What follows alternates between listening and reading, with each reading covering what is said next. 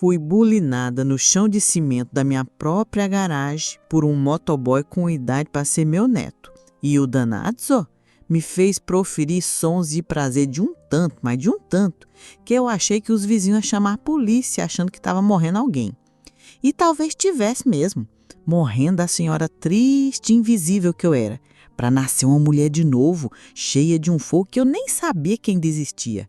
Para quem está ouvindo essa barbaridade e deve estar pensando, na que veia assanhado é essa? Deixa eu me apresentar.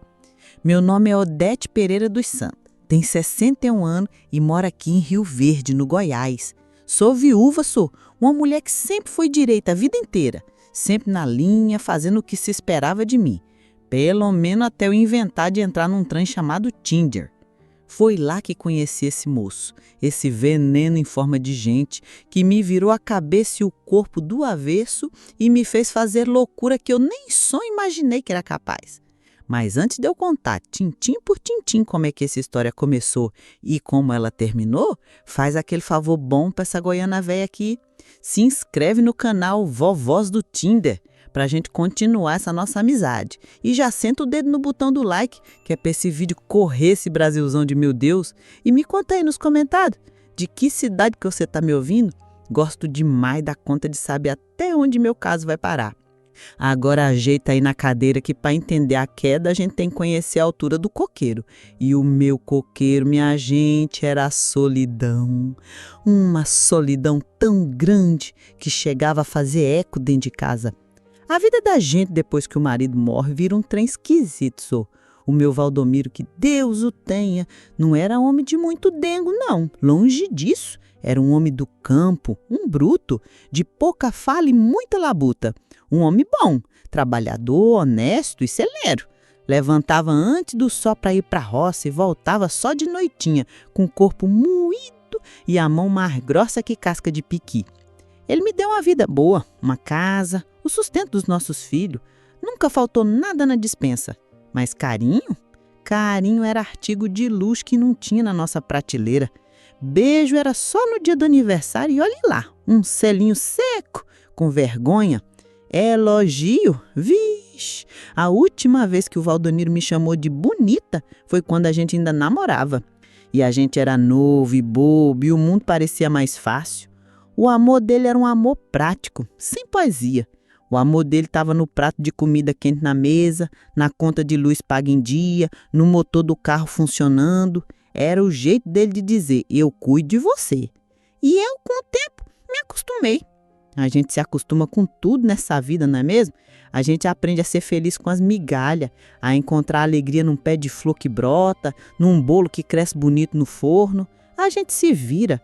Quando ele se foi, levado por uma pneumonia danada que não deu nem tempo de despedir direito, eu chorei.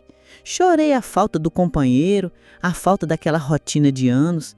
A casa ficou grande demais, silenciosa demais. Eu chorava a falta do barulho da botina dele na varanda, do resmungo dele vendo o jornal, até do ronco que antes me tirava o sono.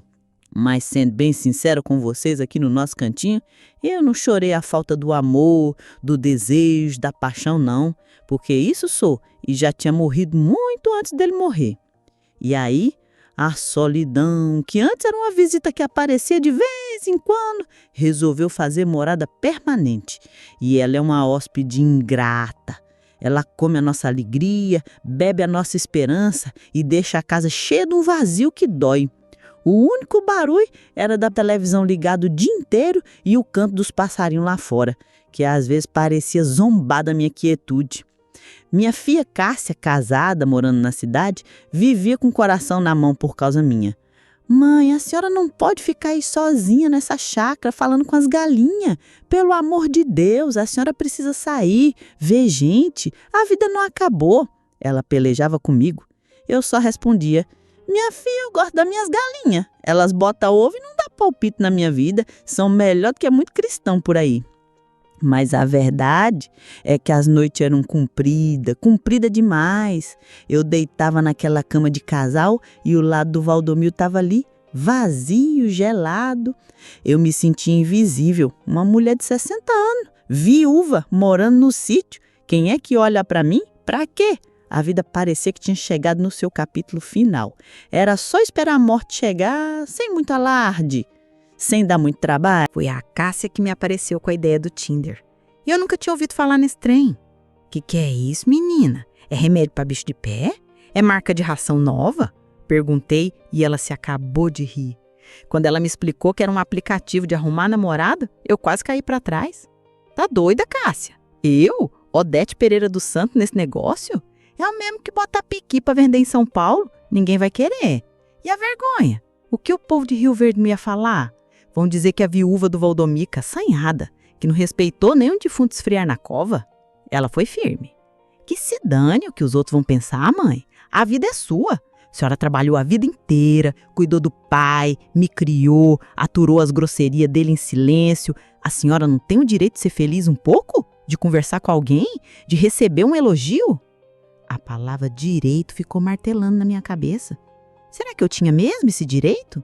Depois de uma vida inteira fazendo o que era certo, o que os outros esperavam de mim, será que eu não podia, uma única vez na vida, fazer uma besteira? Uma pequena e deliciosa loucura?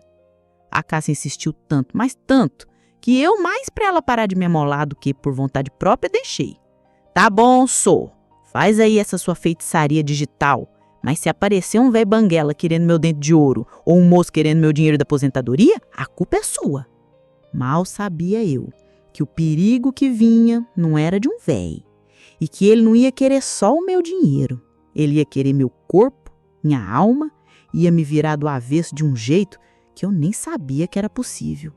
Minha Nossa Senhora da Abadia sou. Que peleja danada foi aquela para montar o tal do perfil? A Cássia parecia uma diretora de cinema, me dando ordem para tudo. Mãe, foto. A gente precisa de uma foto que mostra a mulherona que a senhora é, não a cozinheira do Valdomiro. Ela dizia com a delicadeza de um coice de mula. Fomos olhar minhas fotos e só tinha desgraça. Um verdadeiro show de horrores. Tinha eu na festa da pamonha da igreja, com a boca toda suja de milho e um sorriso amarelo. Tinha eu na lida da horta, de chapéu de palha e a cara mais vermelha que um tomate maduro. Tinha uma no casamento do meu sobrinho, que o fotógrafo, que Deus o perdoe, me pegou no exato momento que eu dava um bocejo que parecia que ia engolir o padre. Era uma foto mais triste que a outra. Não tem condição, mãe. Essas fotos aqui são para espantar, até assombração. Quem dirá um pretendente? A Cássia falava se acabando de rir da minha desgraça. A gente precisa de uma foto que passe uma mensagem, que diga, sou uma mulher interessante, independente, que não precisa de homem pra nada, mas que aceita uma boa companhia. Ela me fez revirar meu guarda-roupa, que não via uma peça nova desde o último Natal. Me fez vestir um vestido de chita azul, que eu guardava para ir na missa do Divino Pai Eterno. Solta esse cabelo, mãe! Tira essa cara de quem tá esperando resultado de exame! Ela ordenava. Me fez sentar na cadeira de balanço na varanda, perto das minhas orquídeas que estava florida, uma belezura só. Agora, pensa num trem bom. Pensa que a conta de luz vem mais barata. Pensa naquele frango com piqui que a senhora faz que é de lamber os beiços. Ela me instruiu.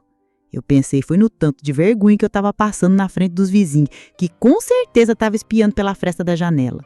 Mas dei um sorrisinho a meio de lado, meio sem saber o que fazer, e ela tirou a foto.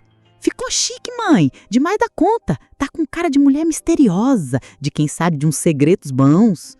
Depois da foto, a peleja foi com a tal da biografia. Eu, na minha simplicidade, queria escrever a verdade.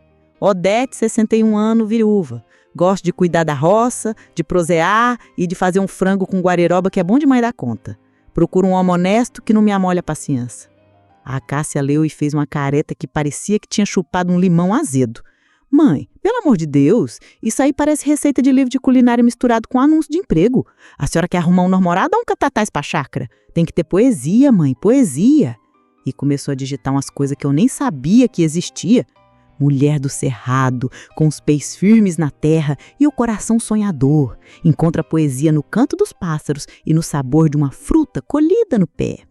Acredita que a vida é um eterno recomeçar e busca uma companhia para conversa sem pressa, risadas frouxas e para apreciar o espetáculo do pôr do sol. Eu li aquilo ali e falei, credo, Cássia, mas que mulher fresca. Parece até que eu sou da cidade grande, que eu tomo esses café com nome esquisito. Eu sou de Rio Verde, sou. Meu negócio é café coado no pano e pão de queijo. Mas ela me convenceu. Disse que era assim que funcionava. que tinha que vender o peixe, que mulher gostava de mulher que parecia difícil, mesmo que na verdade a gente fosse mais fácil que tabuada de um. E lá se foi a Odete, a mulher do cerrado, pro açougue virtual do Tinder. A Cássia me ensinou a mecânica do trem. Dedo pra esquerda era show, Satanás, vaza daqui. Dedo pra direita era, esse aí tem futuro, pode cegar. E foi um festival de show, Satanás, que vou te contar, minha gente. Apareceu um com foto de sunga branca na beira da piscina em Caldas Novas, com a barriga que parecia um botijão de gás e uma corrente de ouro no pescoço que era mais grossa que meu braço. Esquerda, com nojo. Apareceu um que se dizia rei do gado, e a foto era ele do lado de um touro Nelore, que tinha uma cara mais simpática e inteligente que a dele. Esquerda. Tinha um que a primeira mensagem que mandou foi: "E aí, vovó? A panela é velha, mas ainda faz uma comida boa? Porque a minha fama é grande." Vixe! Bloqueado na mesma hora. Que homem sem um pingo de educação. Eu já estava desanimada, Su. Tá vendo, Cássia? Só tem tranqueira nesse trem. É tudo homem grosso, mal educado, que acha que mulher da minha idade tá desesperada aceitando qualquer coisa. Liguei pra ela e falei que ia apagar aquela bodega. Ela pediu paciência, com aquela calma dela. Mãe, é que nem procurar pique bom no meio de um tanto de espinho. Tem que ter calma, tem que ter olho bom. Uma hora a senhora acha um que vale a pena. Eu duvidava. Pra mim, homem que prestava na minha idade já tinha virado estrela ou estava encostado num canto esperando a morte chegar. Mas numa noite, eu estava deitada na minha cama, o grilo cantando lá fora e a solidão fazendo companhia aqui dentro. Peguei o celular por falta do que fazer e resolvi dar uma última olhada naquela desgraça. Passei por um, por outro, sem nem prestar muita atenção. Um de chapéu, um de óculos escuro de noite, um que a foto era só o carro dele. E então, no meio daquela ruma de gente esquisita, apareceu ele. A foto era de um moço, um rapaz novo que não tinha nem 30 anos. Camiseta regata branca, mostrando os braços fortes, definidos. O cabelo era preto, meio espetado, e ele estava com o boné virado para trás.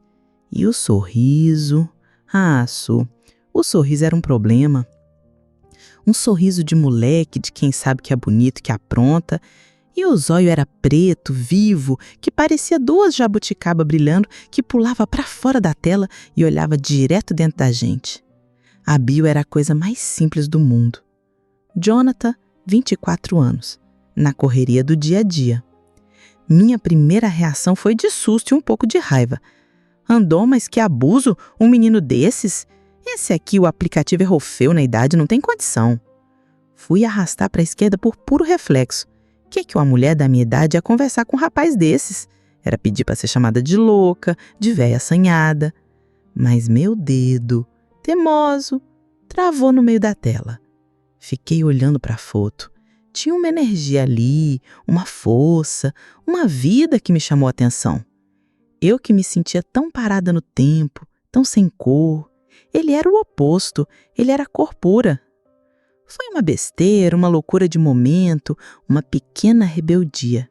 Pensei, que mal tem, ele nunca vai me escolher mesmo, é só que lá ver o que acontece, só para me sentir um pouco diferente. Fechei os olhos, como quem pula num rio fundo no escuro, sem saber se tem pedra embaixo, e com o dedo trêmulo, arrastei a foto para a direita. Na mesma hora, a tela piscou e fez um barulhinho. It's a match. Meu coração deu um tranco que achei que ia parar de vez. O moço também tinha gostado de mim? Tá doido, pensei, sentindo o rosto pegar fogo. Esse menino bebeu ou usou alguma droga, só pode. Fiquei com tanta vergonha que fechei o aplicativo na hora, como se tivesse sido pega fazendo arte. Me senti uma menina de 15 anos. Mas a verdade é que pela primeira vez em anos, eu senti um frio na barriga, uma agitação que era um misto de medo e de uma alegria proibida, perigosa. O que um motoboy de 24 anos, no auge da sua força, ia querer com uma viúva de 61, moradora da roça? A resposta, minha gente, era mais simples e mais carnal do que a minha cabeça de senhora conseguia sequer imaginar. E eu estava prestes a descobrir. Eu passei o dia seguinte numa agonia que só vendo sou. O coração parecia um passarinho preso na gaiola, batendo descontrolado. Toda hora eu ia lá, pegava o celular, olhava para a tela apagada, mas não tinha coragem de abrir o tal do Tinder. E se ele tivesse mandado uma mensagem? E se fosse uma baixaria, uma zombaria? Foi mal, apertei errado. Eu me senti uma boba, uma tola por ter me deixado levar por um impulso. Para me distrair, fui carpear a horta com uma vontade que parecia que eu queria arrancar as mágoas da terra. Mas não adiantava. A imagem daquele sorriso de moleque não saía da minha cabeça. O Valdomiro, se fosse vivo, ia dizer que eu estava com o diabo no corpo. E talvez estivesse mesmo. Um diabinho novo, de boné e moto. À noite a curiosidade venceu a vergonha. Esperei a novela acabar, me certifiquei de que todas as portas e janelas estavam trancadas, como se eu estivesse prestes a cometer um crime, e abri o aplicativo. E lá estava, uma notificação, uma mensagem do Jonathan. Meu corpo inteiro gelou. Demorei uns 5 minutos só olhando para o nome dele, criando coragem. Por fim, respirei fundo e cliquei. A mensagem era simples, direta, sem a frescura dos outros. E aí, dona, beleza? Vi que a gente combinou. Fiquei curioso. A senhora parece ser gente boa, de responsa.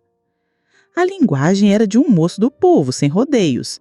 E por incrível que pareça, aquela simplicidade me passou uma confiança. Era real, não era um personagem. Respondi tentando parecer séria, uma senhora no seu lugar. Boa noite, moço. Sim, combinamos. Mas acho que o aplicativo se enganou na sua idade. Você é muito novo para conversar com uma mulher como eu. A resposta dele veio com uma carinha daquelas rindo, um kkkk. Engano nada, dona. Eu que botei a idade certa. É que eu gosto de mulher experiente, mulher que sabe o que é da vida, que não fica de frescura. E a senhora tem um olhar firme na foto, cara de quem não leva desaforo para casa. Eu fiquei vermelha que nem um pimentão, mas achei graça do atrevimento dele. E o que te faz pensar que eu sei o que quero, moço? Eu mal sei o que vou jantar amanhã? Provoquei. Sei lá. Mulher como a senhora, que já viveu o que tinha que viver, não perde tempo com bobagem. Ou gosta ou não gosta. É 8 ou 80. E eu gosto disso. A gente começou a conversar. E a conversa era um trem diferente de tudo que eu já tinha visto. Ele não queria saber do meu passado, não queria falar de poesia, de pôr do sol, como a Cássia tinha escrito no meu perfil. Ele era prático. Perguntou do meu sítio, se eu criava porco, se a pamonha era de sal ou de doce, se o queijo era curado no sereno. Perguntas da nossa vida, do nosso chão. E eu perguntava do trabalho dele. Ele me contava da peleja que era andar de moto para cima e para baixo naquele sol de Rio Verde, da poeira que não saía do corpo, dos motoristas apressados que quase o derrubavam. É uma vida de cão, dona. O lombo dói, a vista cansa, mas é o que paga as contas e ajuda a véia lá em casa. Ele me chamava de Dona Odete. Eu achava um respeito bonito. Ele não era um intelectual, não. Longe disso, mas era esperto. Tinha uma sabedoria da rua, da vida. E ele era engraçado, sô. Me contava os casos que via nas entregas, as confusões nos bares, as figuras que encontrava e me fazia rir. E, de verdade, uma risada que vinha do fundo da barriga, que fazia tempo que não aparecia. O Valdomiro era um homem sério, sisudo, e não era forte dele. E agora eu estava rindo muito com um menino jovem que só tinha os 20 e poucos anos, e eu estava gostando de tudo muito, só. Depois de uns dias de prosa que varava a noite, ele me chamou para sair. Dona Odete, sei que a gente é de 2 mundos diferentes, que eu sou um pé rapado e a senhora é uma dama, mas a senhora não topava tomar um caldo de cana comigo lá na feira de domingo. É simples, mas é por minha conta. Um caldo de cana na feira? Era um convite tão simples, tão sem pretensão, tão à nossa cara, que eu não tive como recusar. Mas o medo era enorme. Eu, Odete Pereira dos Santos, na feira de domingo, onde encontro todo mundo da igreja, todos conhecidos, com um moço que podia ser meu neto. Era assinar meu atestado de véia maluca e pendurar na porta de casa. Jonathan, não dá, meu filho. O povo todo de Rio Verde vai estar lá. Vão falar até umas horas. E qual o problema, sô? A gente é amigo. Ou gente de idade diferente não pode ser amigo? Que preconceito é esse? Ele respondeu, me deixando sem argumento. Amigos. Era isso. Era só amizade. Era a desculpa perfeita que eu precisava para enganar a mim mesma. Tá bom, sô. mas a gente fica num canto mais escondido. E se eu encontrar algum conhecido, vou dizer que eu é filho de uma comadre minha que veio de outra cidade. Ele caiu na gargalhada do outro lado da linha. Fechado, dona Odete, o que a senhora mandar. Domingo de manhã, eu me arrumei com o coração a 1000 por hora. Abri o guarda-roupa e não sabia o que vestir. Parecia uma menina de 15 anos. Acabei botando uma saia jean que eu não usava há anos e uma blusa de florzinha. Me olhei no espelho e nem me reconheci. Nem batom passei para não dar na vista. Fui de ônibus para a feira, me sentindo uma fugitiva. Cheguei lá e o cheiro de pastel e de fruta fresca me acalmou um pouco. Ele já estava me esperando perto das barracas de pamonha. Estava de calça jeans, camiseta preta e o boné de sempre. Mas estava cheiroso. Um cheiro de perfume barato, mas bom. Quando me viu, abriu um sorriso que fez meu joelho tremer e minhas economias de raiva do mundo se desfazerem. Uai, a senhora veio mesmo?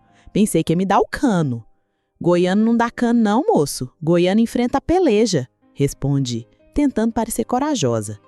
Tomamos nosso caldo de cana, comemos um pastel de queijo que estava divino. E a conversa foi boa demais. Ele era ainda mais bonito pessoalmente. O jeito dele de falar, de gesticular, de rir e o olhar. O olhar dele não desviava do meu, não. Ele me olhava com uma curiosidade, com um interesse que me deixava encabulada. Depois da feira, ele me veio com outra. Agora eu vou te levar para casa, de moto. Eu nunca tinha andado de moto na vida. Tá doido, moço? Eu caí desse trem. Minha coluna já não é mais a mesma. Que nada! A senhora agarra firme em mim que não tem preguiço. Vai ser bom. Um ventinho no rosto para refrescar o calor. O medo e a vontade começaram a brigar dentro de mim de novo. E a vontade, teimosa, venceu. Subi naquela moto me sentindo a própria mocinha de filme. Ele me deu o capacete dele, um mais novo, e botou um mais simples. Segura firme na minha cintura, dona Odete. Eu passei os braços ao redor da cintura dele, senti os músculos das costas dele duro, o calor do corpo dele contra o meu. E quando ele acelerou, minha gente, foi uma sensação de liberdade que eu não sei nem explicar. O vento no rosto, o barulho do motor, o cheiro dele, a cidade passando rápido. Eu fechei os olhos e me senti uma guria de novo, fugindo de casa para namorar escondido no mato. Ele me deixou a 2 quadras da minha chácara como combinado, para não dar falatório, ele disse, piscando o olho. Antes de eu descer, ele segurou meu braço. Dona Odete, gostei demais da conta do nosso dia. A senhora é a mulher mais gente boa que eu já conheci. E então, ele se inclinou e eu achei que ele ia me dar um beijo no rosto, mas ele me deu um beijo no canto da boca, um selim, rápido, mas que demorou uma eternidade dentro de mim. Eu senti a maciez dos lábios dele, um gosto de caldo de cana e de juventude. Voltei para casa a pé com as pernas bambas e o coração aos pulos, como um pequi caindo do pé. Eu estava completamente ferrada. Eu estava me apaixonando por um motoboy de 24 anos. E o pior, eu estava gostando demais da conta. Depois daquele domingo na feira e do passeio de moto, a porteira se abriu de vez só. A amizade que eu tentava fingir que era, virou uma paixão que eu não conseguia mais esconder nem de mim mesma. O Jonathan começou a vir me ver na chácara. Virou o nosso segredo, o nosso cantinho no mundo. Ele era esperto. Vinha sempre no fim da tarde, quando o movimento na estradinha de terra já tinha diminuído. Ele deixava a moto escondida atrás de uns pés de guariroba e entrava pela porteira dos fundos que nem um gato. E os nossos encontros eram a melhor parte do meu dia. A única, na verdade. Ele não era homem de ficar sentado na sala, de prosa fiada, não. Era um moço ativo, cheio de energia. Chegava e já ia me ajudando nas minhas pelejas. Deixa eu carregar esse saco de milho para a senhora, dona Odete. Isso aqui vai acabar com a sua coluna, ele dizia, pegando o saco de 50 quilos como se fosse um travesseiro. Uai, Su, deixa eu ver essa torneira que tá pingando e tirando seu sono. Ele tinha mão boa para tudo, uma habilidade que o Valdomiro nunca teve. Consertou a cerca do galinheiro que as galinhas teimavam em fugir, trocou a lâmpada da varanda que estava queimada há meses, deu um jeito no motor do meu Fiat Uno velho que vivia engasgando mais que gente com espinha de peixe. E fazia tudo com uma boa vontade, com uma alegria que me encantava. Enquanto ele trabalhava, eu ia para a cozinha. Preparava um lanche reforçado para a gente. Uma pamonha assada na folha de bananeira, um bolo de fubá cremoso com queijo, um café fresquinho coado na hora. E a gente sentava na varanda, naquelas cadeiras de balanço velhas, no fim da tarde, vendo o sol se pôr atrás dos morros e pintando o céu de laranja e rosa. E a prosa era boa demais. Ele me contava as histórias da rua, as confusões que ele via, e eu contava as histórias da roça, os causos do meu tempo de moça. E a gente ria. Ah, como a gente ria! A minha casa, que antes era um silêncio de cemitério, se encheu de vida, de risada frouxa. E o desejo entre nós era um trem doido que só crescia. Não era uma coisa descarada, não. Era no olhar, era no toque sem querer. Quando ele me entregava uma ferramenta e os dedos da gente se roçavam por um segundo, aquele segundo parecia uma eternidade. Quando eu me inclinava para pegar um copo na prateleira de cima e ele ficava parado atrás de mim, olhando para o meu decote, eu sentia o olhar dele queimando na minha nuca. E eu me sentia desejada. Eu, Odete, uma mulher de 61 anos, com o corpo já marcado pelo tempo, pela gravidez, pelo trabalho na roça, me sentia a mulher mais bonita e interessante do mundo aos olhos daquele moço. E eu desejava. Ah, se desejava. Desejava com uma força que me assustava, que me fazia sentir culpada, mas que era mais forte que eu. O cheiro dele, um cheiro de suor, de poeira da estrada, de homem, me deixava tonta. Os braços fortes e bronzeados de sol, o peito largo, o jeito de moleque, tudo nele me atraía como abelha no meu. A gente se continha. Havia um respeito, um medo de estragar a amizade bonita que a gente tinha construído. Mas o corpo não mente, e o nosso gritava de vontade só. A gente vivia num perigo constante. Uma tarde, ele estava na minha garagem, tentando de novo fazer meu carro pegar. O motor teimava em não funcionar. Ele tirou a camiseta por causa do calorão e ficou ali, só de calça jeans, debruçado sobre o capô. As costas largas, os músculos se movendo a cada esforço. O suor escorrendo. Eu estava do lado, entregando as ferramentas. E fiquei ali, parada, só olhando. Naquele momento eu não vi um menino, não. Eu vi um homem no auge da sua força, da sua virilidade. Ele se virou de repente e me pegou olhando para ele com a boca meio aberta. O olhar dele mudou. O verde dos olhos ficou mais escuro, mais intenso. Ele largou a chave de fenda no chão. O barulho do metal batendo no cimento quebrou o silêncio. E ele veio na minha direção, devagar, limpando a graxa das mãos num pano velho. Eu não me mexi. Meu coração parecia um tambor de congada batendo descompassado. Ele parou na minha frente, tão perto que eu senti o calor que vinha do corpo dele. O cheiro de suor, de poeira da estrada, de homem, me deixava tonta. Os braços fortes e bronzeados de sol, o peito largo, o jeito de moleque, tudo nele me atraía como uma abelha no mel. A gente se continha. Havia um respeito, um medo de estragar a amizade bonita que a gente tinha construído. Mas o corpo não mente, e o nosso gritava de vontade só. A gente vivia num perigo constante. Uma tarde, ele estava na minha garagem, tentando de novo fazer meu carro pegar.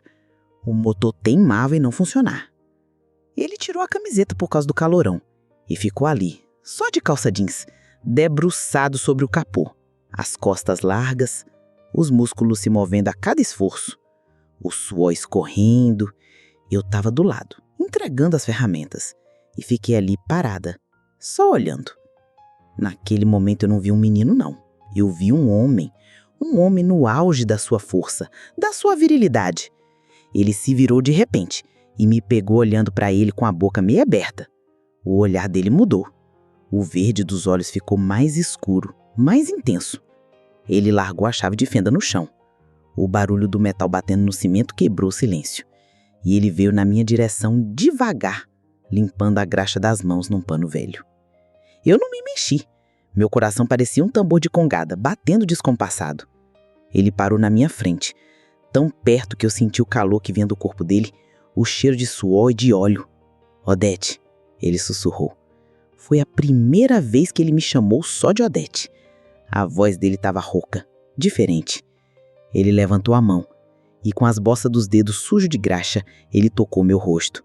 Um toque leve, que me fez fechar os olhos. Eu não aguento mais, Odete. Eu penso em você o dia inteiro, a noite inteira. Eu fecho os olhos e vejo o seu rosto. Eu sinto o seu cheiro na minha roupa, no meu travesseiro. Eu tô ficando doido. Jonathan, eu tentei falar, mas a voz não saía. E eu sei que é errado. Ele continuou, a voz cheia de angústia. A senhora é uma mulher de respeito, uma viúva, e eu sou só um moleque, um motoboy sem eira nem beira, um pé rapado. Mas o que eu sinto aqui dentro, ele pegou minha mão e colocou sobre o peito dele. Eu senti o coração dele batendo, forte e rápido igual o meu. É um trem que tá me queimando por dentro, me tirando o sono. As palavras dele era a água que a minha alma seca tanto precisava. Eu que passei a vida inteira ouvindo que era obrigação, que era normal, de repente eu via que era desejada, que queimava um homem por dentro. A força que eu precisava ver não sei de onde. Olhei bem no fundo daqueles olhos verdes e confessei num fio de voz. Eu também, moço. Eu também não paro de pensar em você. Desde o primeiro dia. O olhar dele se iluminou como se o sol tivesse nascido ali dentro. É verdade, Odete. Não tá brincando comigo, não? Eu só balancei a cabeça, confirmando, sem conseguir falar. E então ele acabou com a distância entre nós. E me beijou. E que beijo, minha gente. Não foi um beijo de cinema, não. Foi um beijo com gosto de vida real. Gosto de graxa, de poeira da estrada, de homem. Um beijo forte, desesperado, como se a gente estivesse esperando por aquilo desde que nasceu. As mãos dele, que antes eram só respeitosas, agora eram firmes. Uma na minha nuca, enfiando os dedos no meu cabelo, me puxando para mais perto, a outra na minha cintura, colando o corpo suado dele no meu. E eu me agarrei nele com a força de quem se afoga e encontra uma boia. E esqueci do mundo, esqueci do Valdomiro, esqueci da minha idade, esqueci da vergonha, esqueci de tudo. Ali naquela garagem com cheiro de mofo e de óleo, só existia nós dois. E o desejo. Um desejo que era maior que o céu e mais fundo que o inferno. Quando o beijo terminou, a gente ficou com as testas coladas, ofegantes, tentando entender o que tinha acabado de acontecer. A gente tinha cruzado a linha. A gente tinha se entregado ao pecado. E agora, não tinha mais volta. Depois daquele beijo na garagem, a porteira do juízo se fechou de vez. A amizade colorida virou uma paixão declarada. Um fogo que ardia sem controle. A gente sabia que estava brincando com dinamite, que uma hora o trem ia explodir, mas a sensação era tão boa que a gente não conseguia parar. A garagem, aquele lugar antes esquecido, cheio de traia véia do Valdomiro, virou o nosso ninho de amor secreto. Era lá que a gente se encontrava, era lá que a gente matava a saudade e a vontade que parecia não ter fim. Eu sei que vocês devem estar pensando, mas que véia sem vergonha, se agarrando com o moço no meio de ferramenta véia e pneu careca. Mas pra gente, minha gente, aquele lugar era o nosso palácio.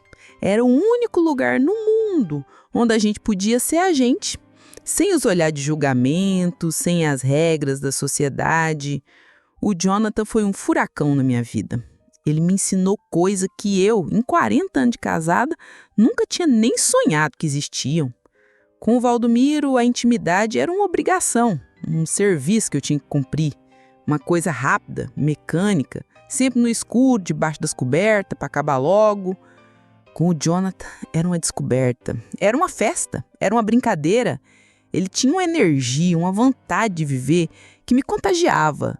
Ele me olhava, me tocava com um desejo, com uma admiração que me fazia sentir a mulher mais linda e poderosa do mundo. A minha idade, o meu corpo que já não era mais de uma mocinha com as marcas do tempo, da gravidez, do trabalho na roça, nada disso importava para ele. Pelo contrário, você é perfeita, Detinha, ele me dizia, beijando cada estria da minha barriga. Cada marca sua conta uma história e eu quero ler todas elas, uma por uma.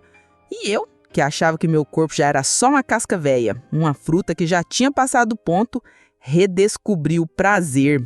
O prazer de ser tocada, de ser amada, de gozar. Ah, minha gente, me perdoem a sinceridade, uma goianinha velha, mas eu preciso falar. Eu, Odete Pereira dos Santos, com 61 anos nas costas, fui descobrir o que era um orgasmo de verdade. Aquele que faz a gente perder o rumo de casa com um motoboy de 24. E não foi um, não. Foram muitos. Ele me fez delirar de um jeito, me fez gritar de um tanto, que eu tinha que morder o pano de chão que a gente levava pra garagem para abafar o som, com medo de algum vizinho curioso ouvir essa cantoria. E não era só o corpo, não. Era a alma. Ele me trazia presentes bobos que pra mim valia mais que ouro. Um chocolate que ele comprava na venda da esquina, uma flor de ipê que ele pegava no caminho, um CD pirata com as músicas do Amado Batista que a gente gostava de ouvir bem alto no meu rádio de pilha. Eram coisas simples, mas que vinha carregada de um carinho, de uma atenção que eu nunca tinha recebido na vida. O problema é que essa felicidade toda tinha um preço. E o preço era o medo. Um medo constante, de ser-me descoberto. A Cássia, minha filha, começou a desconfiar. Ela não é boba, não. Mãe, a senhora anda muito feliz, muito saidinha. O que tá pegando? Arrumou um namorado? Ela me perguntava com aquele olhar de quem já sabe a resposta.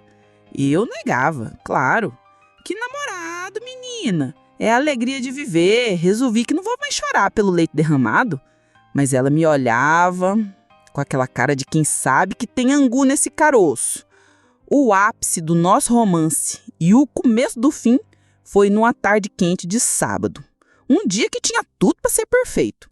A Cássia tinha me ligado na sexta, dizendo que ia passar o fim de semana na casa da sogra, lá em Goiânia, com o marido e o filho. O que significava que eu estava livre.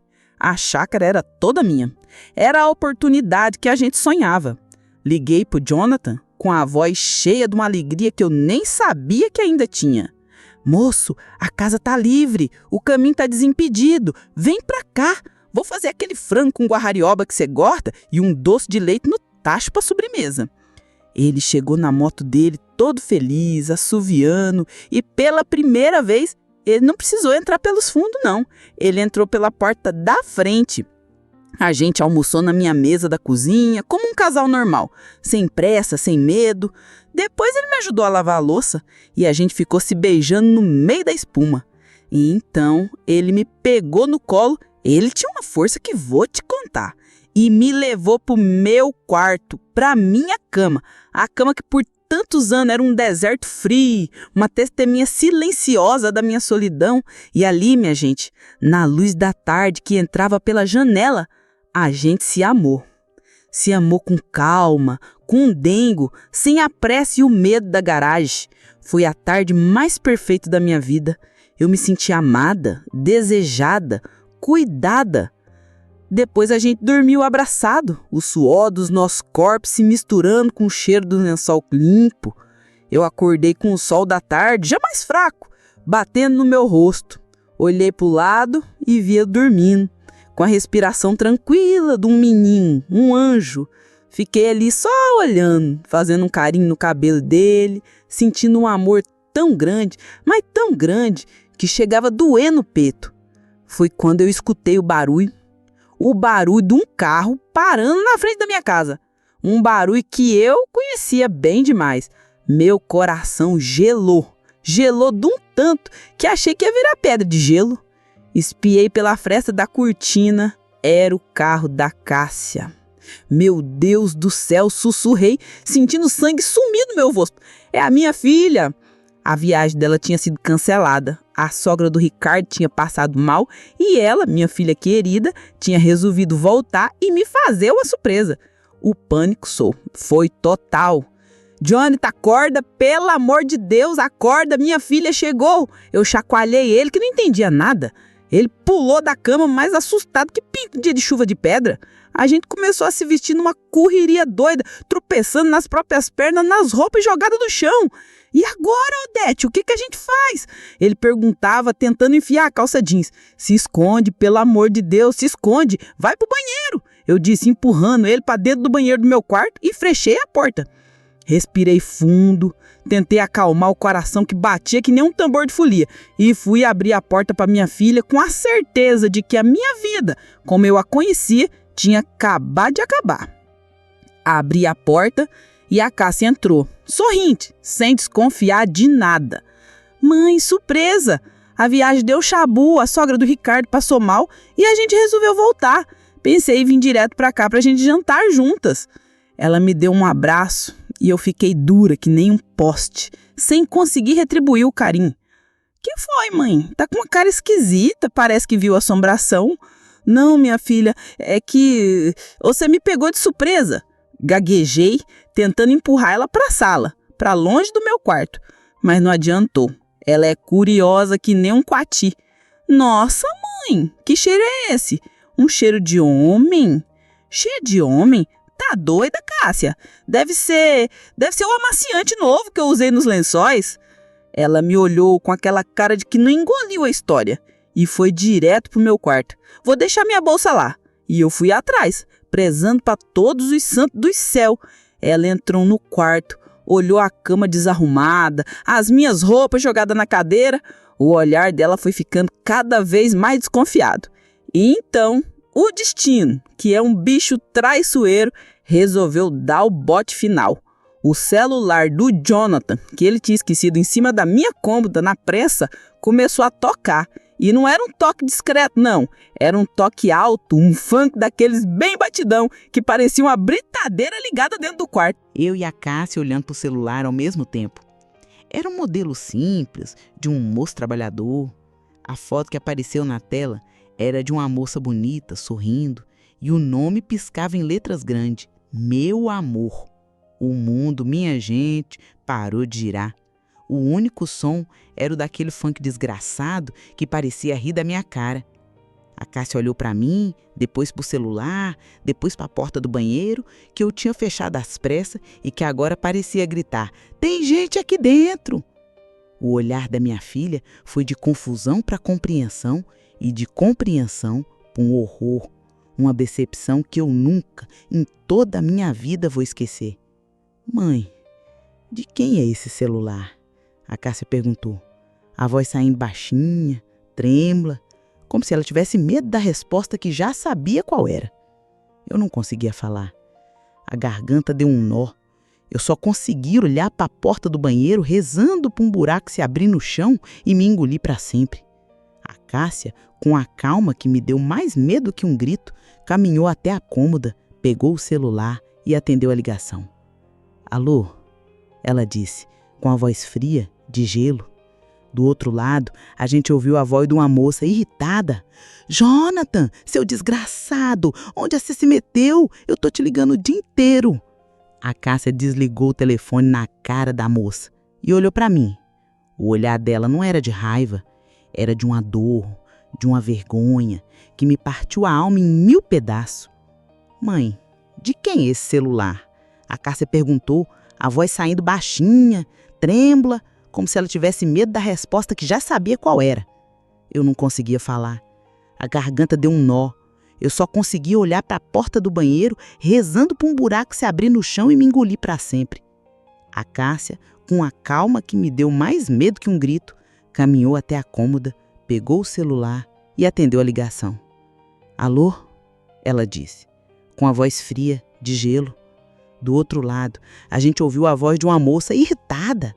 "Jonathan, seu desgraçado, onde você se meteu? Eu tô te ligando o dia inteiro." A Cássia desligou o telefone na cara da moça e olhou para mim. O olhar dela não era de raiva, era de uma dor, de uma vergonha que me partiu a alma em 1000 pedaços. "Mãe, tem um homem no seu banheiro, mãe?" ela perguntou e a pergunta soou como uma sentença. Eu não precisei responder. As lágrimas que começaram a escorrer pelo meu rosto já dizia tudo. Ela foi até a porta do banheiro e bateu com força, com a mão fechada. Pode sair, moço. A festa acabou. E leva seu lixo com você.